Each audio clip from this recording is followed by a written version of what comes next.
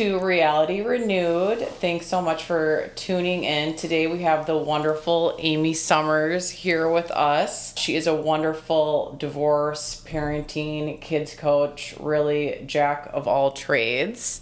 Thank you. And my personal connection to Amy was when I was going through the separation and divorce process with my ex-husband, and obviously having to, work with him and talk to the kids about what was going on. We started talking to Amy, and she was extremely, extremely helpful through the whole process. Really first connecting with Matt and I on how we were going to do this the most amicable way possible. Mm-hmm. Yep. And then not only that, was there when we actually told the kids, which obviously was an extremely emotional time, but we really couldn't have done it without you. And I think, the fact that you were there made it a better experience for them, and also kept Matt and I in check as well, to sort of make sure that we're, being respectful during it. So I really thank you for doing that. And now, not only did you do that for my kids, now you've been working with them with therapy every other week, which has been great. And then adding in math. Yes. It's like a little of everything. It's like, you can do therapy. Oh, wait, you need help with your math homework? Yeah. Okay. All the things. Which is great. All the things. Because I cannot handle fifth grade math. I'm like having to go on ChatGPT now. So I'm like, at least with Amy now, we got you. So obviously you have your MA in elementary education, BA in psychology. Girl, look at you with your degrees. Parent educator, like we said, and then you also do emotional and academic support, which I am seeing firsthand. Yes, you are.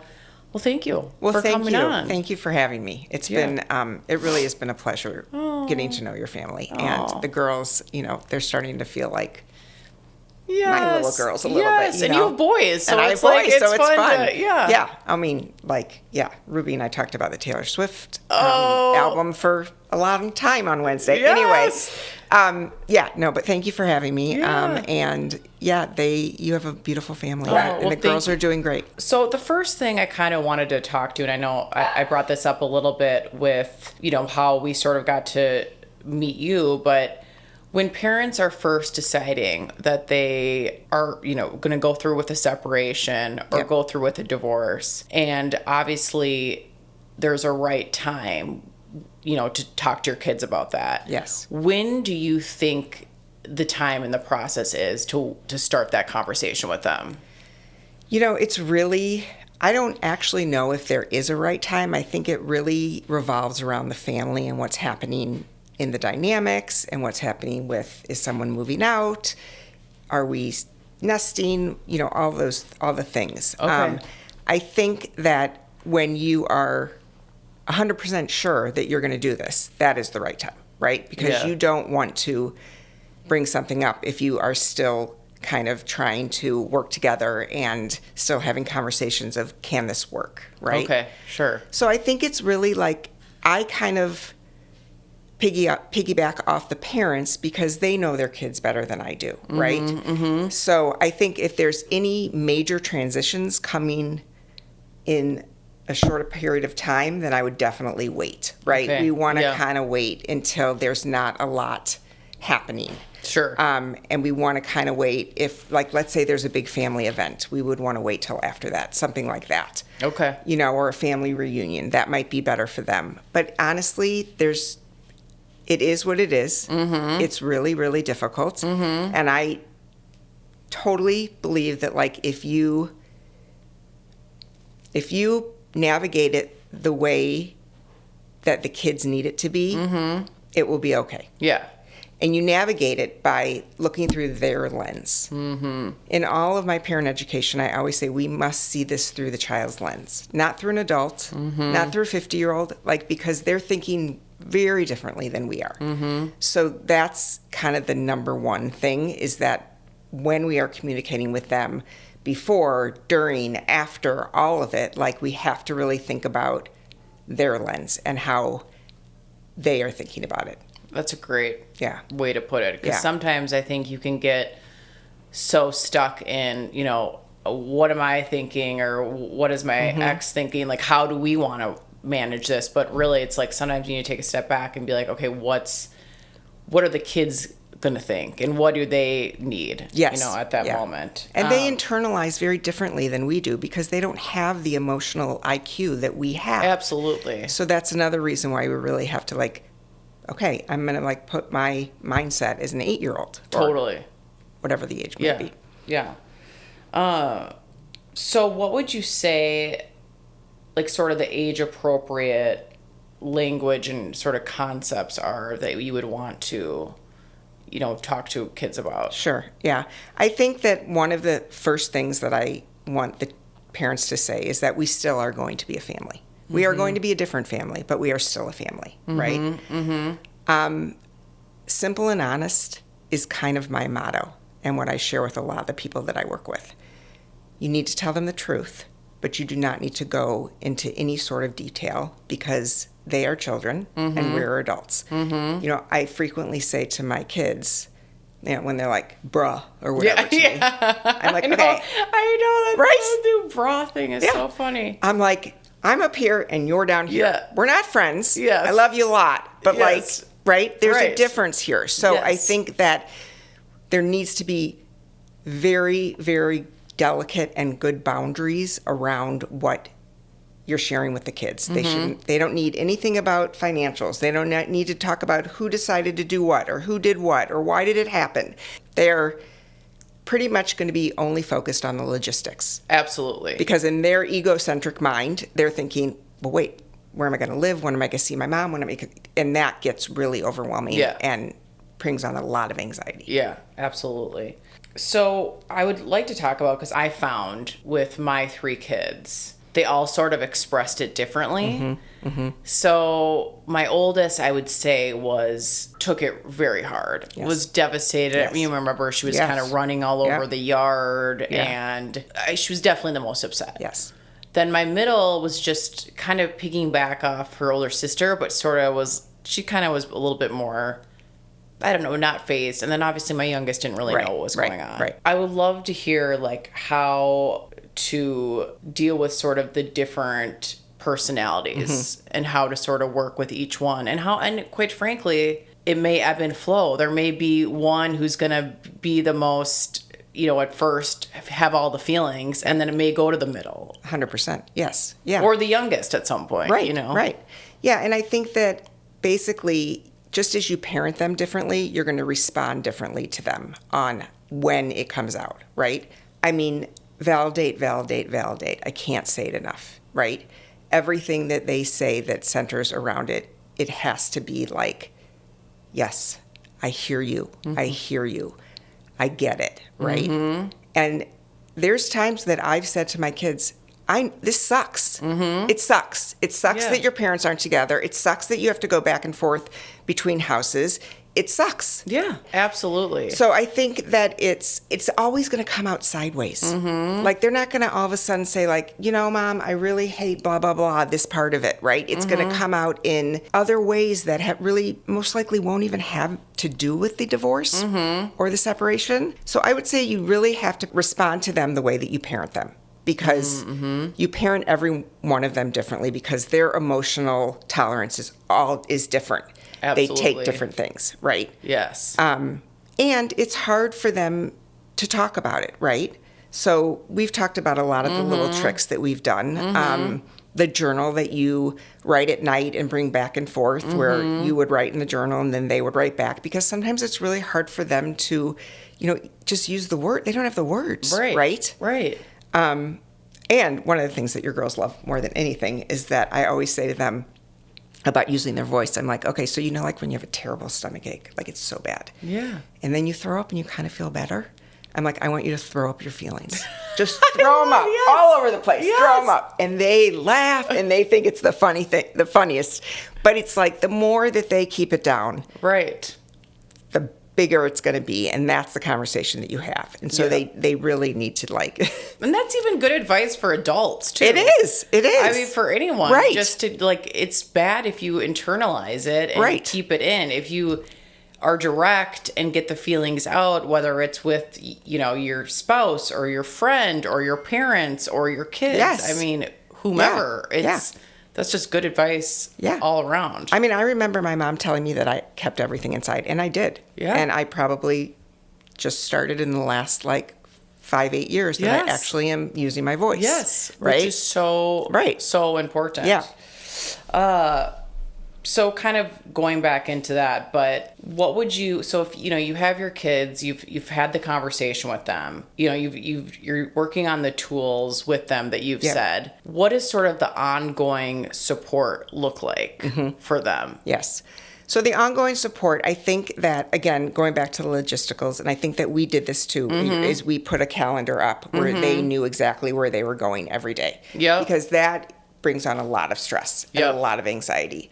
So going forward, I think being very clear so they know where they're going to be. There's not surprises. If the schedule changes, give them a heads up, because that they just need to have a sense of their life. Absolutely. And not being shuttled back and forth. Right. Right? And I think that, there's therapy, there's coaches, there's the school counselor. A lot of the schools have support groups for kids of divorced families.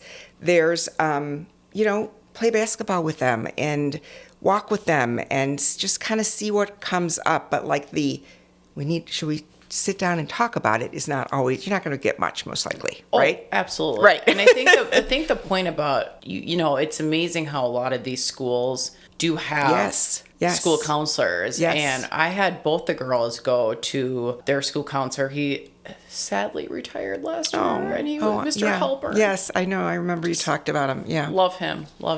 And he was extremely helpful with the girls too.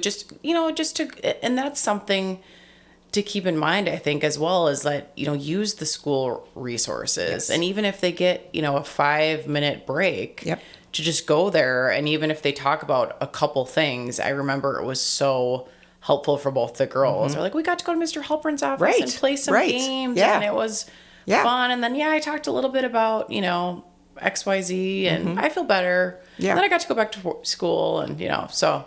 And that brings up a good point, that it's important to be clear to your children and say to them, you don't have to talk to me. Yeah. And you don't have to talk to Dad, but you need to talk to someone. Absolutely. So if that's someone at school, if that's extended family, it doesn't have to be us. But I want you to be able to get it out. Right. With the extended family, we want to make sure that they're sending the same message that you guys are, right? And that the parents are on the same page of what we're sharing, what we're telling, and the extended family is as well. I think that's a really good point you brought up, because I remember my middle was saying some things to my mom that wasn't kind of accurate information, or not information that we were really sharing. And so it was good for my mom and I to have a conversation of kind of here's the story. This is what, is appropriate to share with them right now.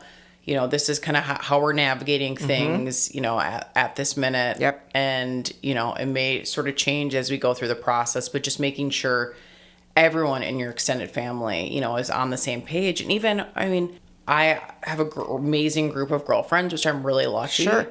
But also navigating with them too. Like, hey, this is kind of how we're talking to our kids right now. Yes. And so, they have ears. Yes, they do. They do. They're very good listeners. Right. And so also just making sure everyone in your circle is on the same page too, I think is really important. Yeah. And that they're not talking, your friends aren't talking about your situation around their kids. Right. That was a really important point I remember you brought up to me, which you said, if your friends have older kids, be careful of how they're talking to their older kids about it, because they can go to the child that's friends with your child and say, oh, I heard that your parents are doing this and doing this because, I heard this from my mom, and it can just be this telephone situation, which... Yes, it's not good. It's not too good. Small. We have a very small community. Very small community. We have to protect our kids with that. Yes. Yeah. I think that's really important. And I remember when we were first navigating this divorce, I remember my main thing was, I don't want to talk to anyone about this unless I 1000% trust that person Yep. because this, at the end of the day, we have 3 kids that we're protect. It doesn't matter about anything No. else. No. We need to protect those kids and make sure that they're getting through this as unharmed as possible. Right. You know? That's when you pick those friends that are it's all going to stay in the vault. Yes. Like, exactly. and if there's one of them, great. Yeah, If there's exactly. Whatever it is, it doesn't matter. 1000%. But just do that. And you find out who those people You do. are pretty You do. pretty quickly. Yes. What would you say are sort of like the key considerations when filing for a divorce? Kind of with like the kids in mind. Yes. Again, I would say it's to making sure that this is what you're going to do. Yeah. I would say let the lawyers do their job. Yep. Okay. Just let them do their job, right? I think the less you talk to your ex about the legal situation, the better. Yes. Right? Yeah. Because you ultimately, there's so much emotion, there's so much grief for everybody involved, and that's a piece that you hire someone else to do. Yes. Right? So Yes. I would say with the kids, it's also very important that the parents are on the same page. Again, they're giving the same message. The structure at both houses, the rules at both houses are back and forth. I mean, the same. Yeah. The rules are the same. Yes. And like I remember at the beginning, FaceTiming the kids when they're not with that parent for bedtime is amazing. That's a great thing to do, right? Or a dinner when they're not sleeping, right? You really have to just let them lead you on where they are. And that's just like being really present, which is really hard because as a parent at that time, I mean, I think the first 2 years of mine, I was so hyper-focused on them that I didn't even deal. At 1000%. I didn't even deal with everything that I Yes. needed to deal with. Right. Right? Right. And that's okay. Right? Right. But you have to just be the parent and remember that the kids are looking at you for how we're going to handle this. They're looking at you for how life is going to be going forward and being that role model. Not being, not saying yes to everything, you continue to parent and set rules and guidelines, but just really be available however they need you. Yeah. I think that's really great advice. Yeah. And this is something that, my ex and I have tried to figure out, is how to sort of make decisions together when having the kids in mind. Yes. Yes. So, because things come up weekly. Yes. What is your recommendation? I mean, is it talking to the kids and sort of figuring out what they want and then sort of presenting that to your ex, or is it sort of, you guys coming up with a plan and presenting it to the child? I think you have to come up with a plan and then present it to the child. Okay. Because, especially with your ages, if they're adults, like some of mine are, that's a different story. Right. But at this point, you need to show them that you are a united front. If that doesn't happen, then they're going to be like, well, I'm going to ask Dad for this because I know he's going to do it. And I know Mom won't do this. And it's going to be like this back and forth, right? And you don't want that. No. So every time there's a big decision, not even a big decision, but a decision that impacts them, they need to know that you work together to decide. And I often say to my kids, parents argue whether they're married or not. Right. And that's okay. Right. We have different opinions, but we always repair and we always are better at the end of that. Right. So I would say that, it needs to come from the parents first. You need to hear what they want to say, of course. I mean, you need to know their point of view, their lens, right? But at the end of the day, you have to talk to it. I think being together.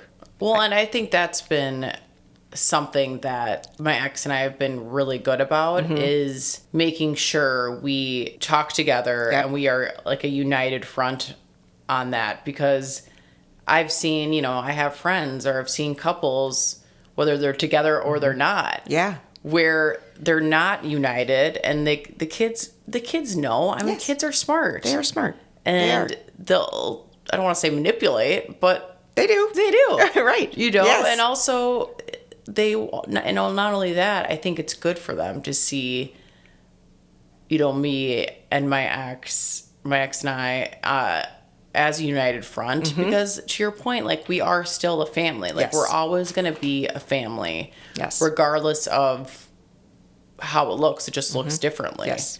And so, you've older kids. Like, Yes. that person is going to be in your life for a very, very long time. And Right. so if you can be as,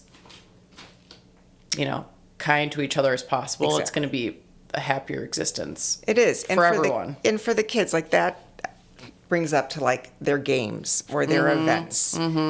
Please, please, please, please sit together. Please, just sit together. I know that sometimes it's really, really, really hard, but it hurts the child more than it hurts the other parent that you're not sitting with them. You want those kids to look up from the field or the dance studio or whatever it is and see that their parents are there together. That's I think great. it's really, That's really, really good advice. it's really important because they look for you in the stands, and it's not going to feel good to see mom here and dad over there or whatever it is. That's such a good point, because Yeah. maybe you would think, oh, it doesn't matter. We're all here. Right. Like, he's Yep. here. Yep. I'm here. At least we're both Yes. here.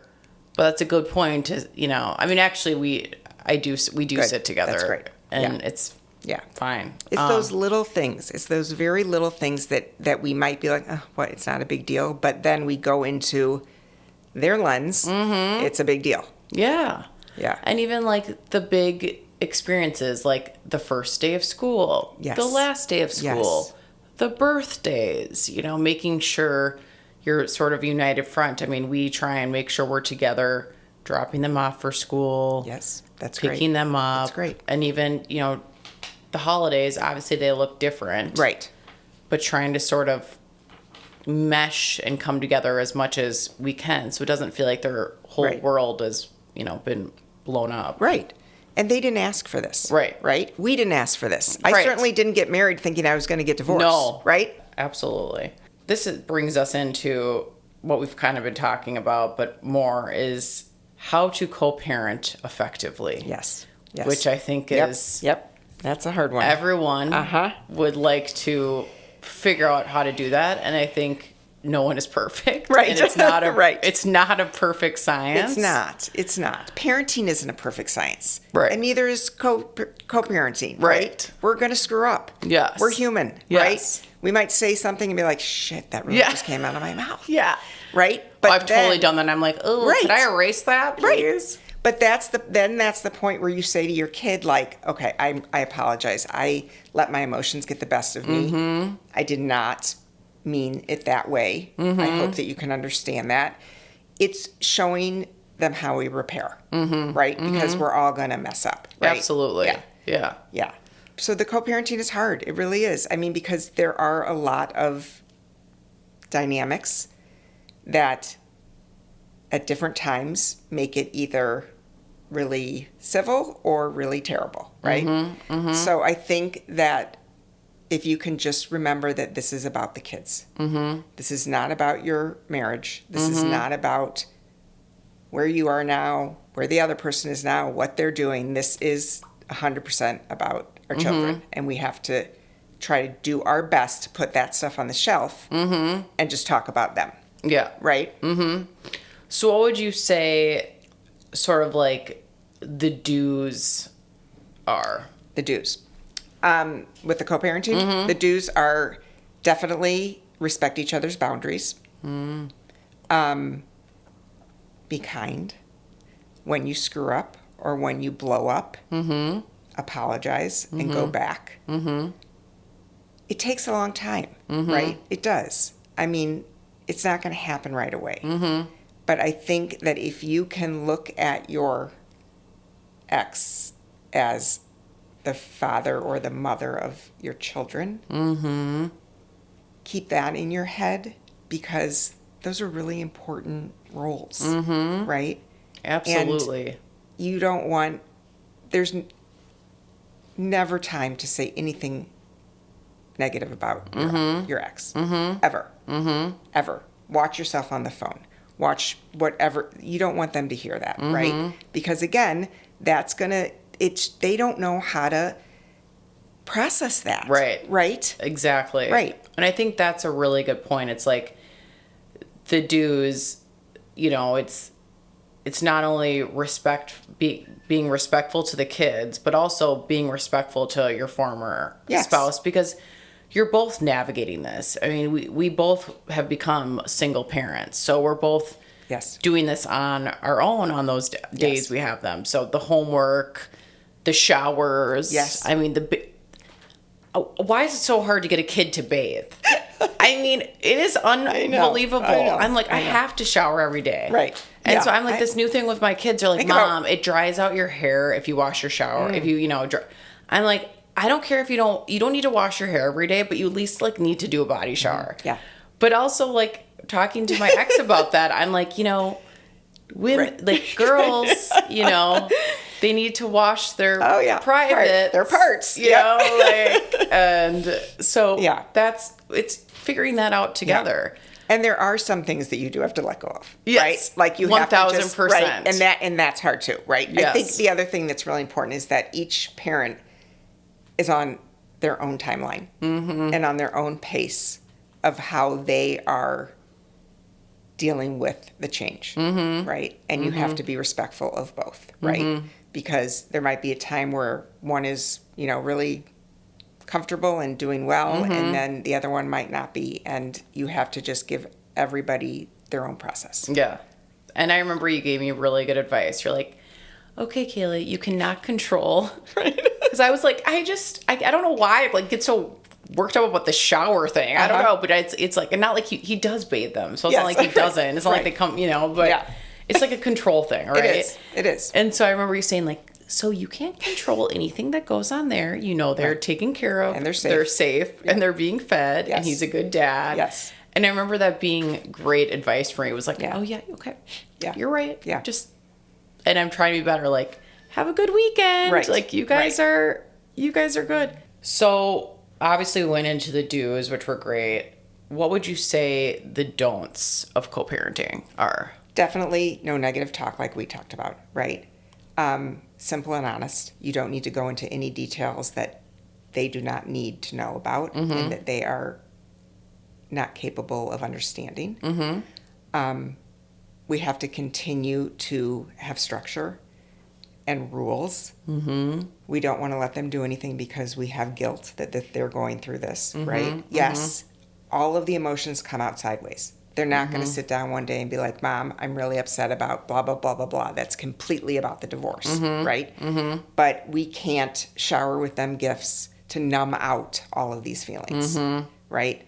So those would be important because one of the things that is positive when you go through a divorce is that you are teaching your kids coping skills that they might not encounter at this age. So teaching them how to use their words, how to repair, how to move forward, how to, not hold a grudge, all of those things. Those are really, really important that some people don't even deal with until they're an adult. Right. So there's pieces in it that are going to help them in the long run. Absolutely. Right? Absolutely. And I think, too, if they can learn from this young age, and it kind of goes into sort of our next point, is over conflict resolution strategies. Yes. If they can learn this now, these valuable skills, it's going to be something that will only positively affect them later in life. Totally. And I think, too, I think kids can see, like, okay, my parents are both doing well. Yep. They're getting along. Yep. Like, maybe they're not married anymore, and maybe we don't look like the quote-unquote modern family, but we have our new sort of modern family. And I think, I want my girls to have some empowerment, too, and say, okay, like, my parents did it, and they went through it, and they're doing okay, and we're doing okay because like we have someone like Amy, obviously, a third party person, or Mr. Halpern, yes, to to work with us and have us really understand our feelings. And like we said, I mean, I really just started going to therapy a few years ago, you know? And so I think I didn't have those strategies growing up and conflict resolution. And so I think only being in therapy the last couple of years, am I really kind of understanding how to sort of stand up for myself, how to really think about like, how am I feeling? Not how is everyone else feeling around me? And I'm kind of just going to mirror that. But like, how do I actually, but like, how do I feel? Because that's never something I did growing up. And obviously when you're a mom, like you're so intertwined in the kids and like their emotions and how they're feeling, which is great. Like you want to be. And especially going through this, you're so like laser focused on how they're doing. But I think like when I took a step back, I was like, oh wait, like how am I doing? Like how am I sort of feeling? Yes.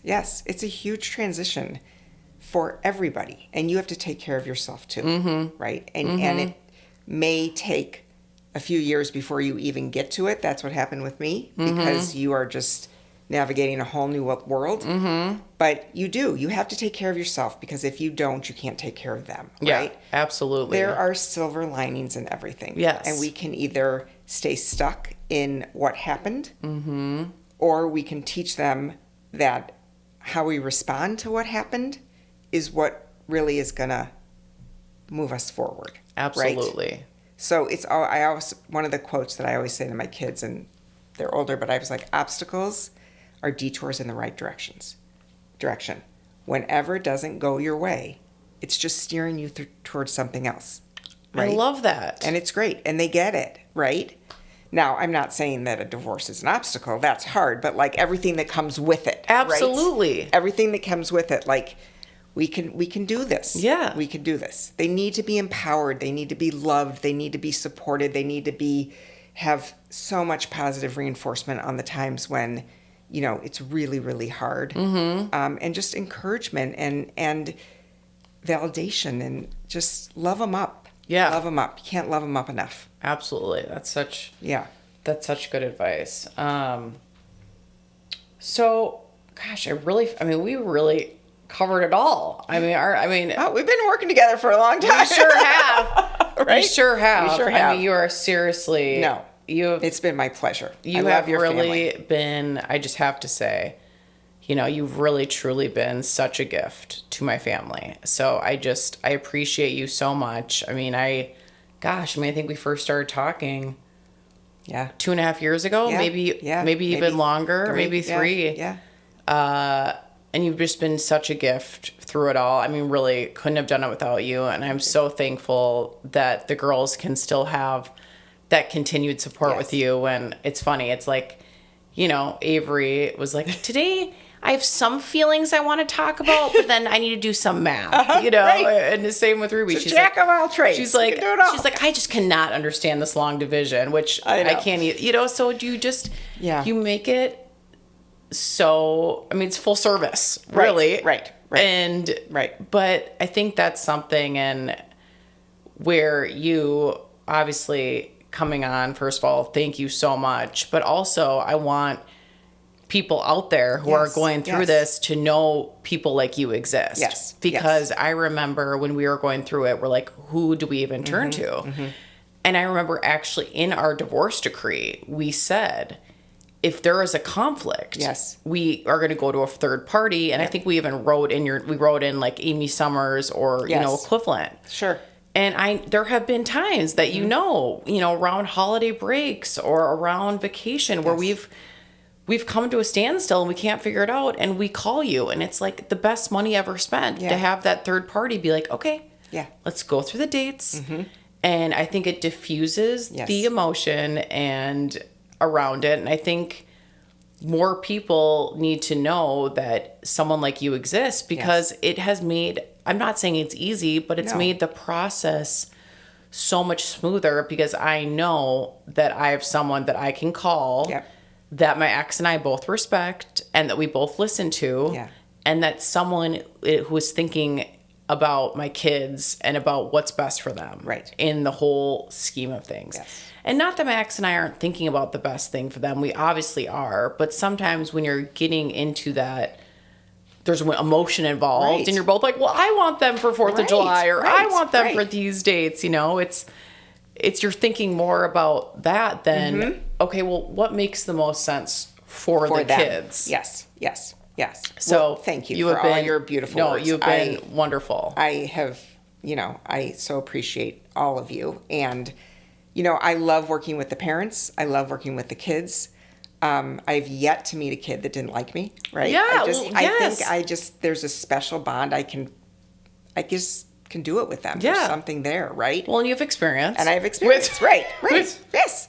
But I think that I love the whole family. I'm happy to work with the whole family, whether it's you're separated, divorced, married, whatever that is, right? And as you know, with Matt, like I was, is it okay? So yeah. Yeah. Is that I'm very neutral. Absolutely. Right? 1,000%. I'm not on one person's side. I will tell you when I think you need to back down, and I will tell him when you need to back down, right? And that's really important too. I think you are 1,000% neutral. Like, truly. Yeah. Well, good. Truly. Good. I mean, good. I think that's why both sides respect you so much. Yeah. Is because you really are neutral, and so it's not like we're calling you and I'm like, oh, I know Amy's going to be on my side, you know, or vice versa. It's like you're looking at it, like you said, through the kid's lens, and also like the bigger picture. Like when we get down in the weeds, you're kind of sort of up here, and you're amazing. Okay, so what's the best way for people to get a hold of you? So my website is guided-parenting.com. Okay. You can see all of the services on there, as well as get in touch with me. I'm also, my Instagram, I don't do